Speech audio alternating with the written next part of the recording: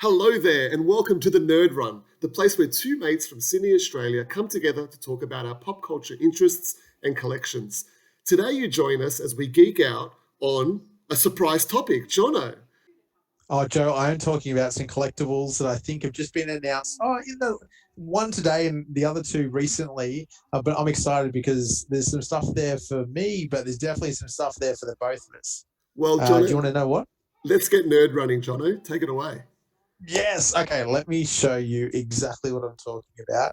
One of my favorite topics, as you're well aware, is your favorite topic, and that's Star Wars. Yes, I was hoping this is where we'd be going with our first episode. Beautiful. And can you see it now? I can see it. I'm really excited. This got announced just, I think, late last week. It is unfortunately a Target exclusive in the States, but I am kind of hoping you'll see it in Australia somewhere. And it is from Rogue One, my favorite Star Wars movie of all time. I didn't expect that to happen, but it has. And this is Blue Leader from Rogue One. So he's getting his own paint job. He comes with the figure. It's coming in vintage packaging. I'm really super excited. The only thing it needs is an astromech droid. Well, it's interesting. Like, this is the vintage collection. Originally in Star Wars, I believe, originally they were going to have a Blue Squadron. Did you know about this, Jono? I did not know about that. I'm kind of glad they never did, because it's cool that they got killed off in Rogue One. Well, and this is kind of like where the homage for the Uber fans like myself comes into it. They didn't do a Blue Squadron because with the CGI kind of effects at the time, I guess CGI is not really the right term, but with the effects at the time, the blue wouldn't work on their kind of overlay and all that. So that's why they changed the colors.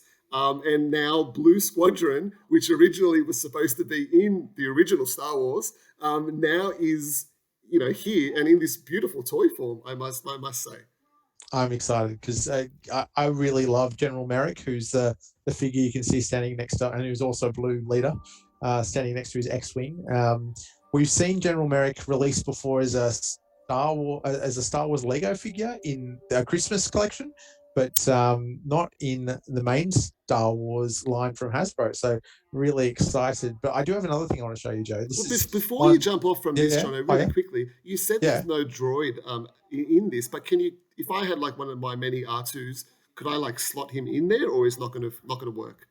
No, totally. You can actually, if you look really closely at the top, just above the canopy, there is a slot waiting there for you to put in an astromech droid. So this is the same X-Wing, I think, that they've released a couple of times in the vintage collection over the last few years.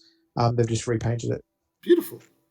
Yeah. So I'm pretty excited. I've got an old X-Wing that had the built-in Luke Skywalker, where you could move the targeting screen in front of you. It's a similar build to this, but it's not exactly the same. I really like this version. Well, this looks awesome. It does. So I'm really excited about this. But this next one is purely for you. You actually know about it already, but I wanted to bring it up again. And my boy, R2 Tamagotchi. Yes. How good is that? I love that you get to raise an R2. It is beautiful. Do you know that there's two different colors of this R2? Yeah, there's the hologram version where he's more blue. So I now have to buy two Tamagotchis for my collection. So you are buying two? Absolutely. What are you talking about? Like, this is beautiful. And just to kind of throw to the people at home, like, I have a obsession collecting R2-D2s. And my kind of collecting over the years for a very, very long time, like, I'm in my 40s now, and I've been collecting forever, literally.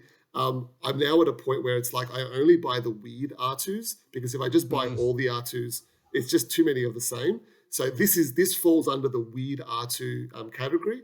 So I'm very excited for this. And look, I open my R2s, I play with them. And then I also have them on display. This is something that definitely will get a lot of play from myself and my kids as well. So yeah, like, it's going to be on the shelf, but it's going to be coming off. It's going to have a life, as it should.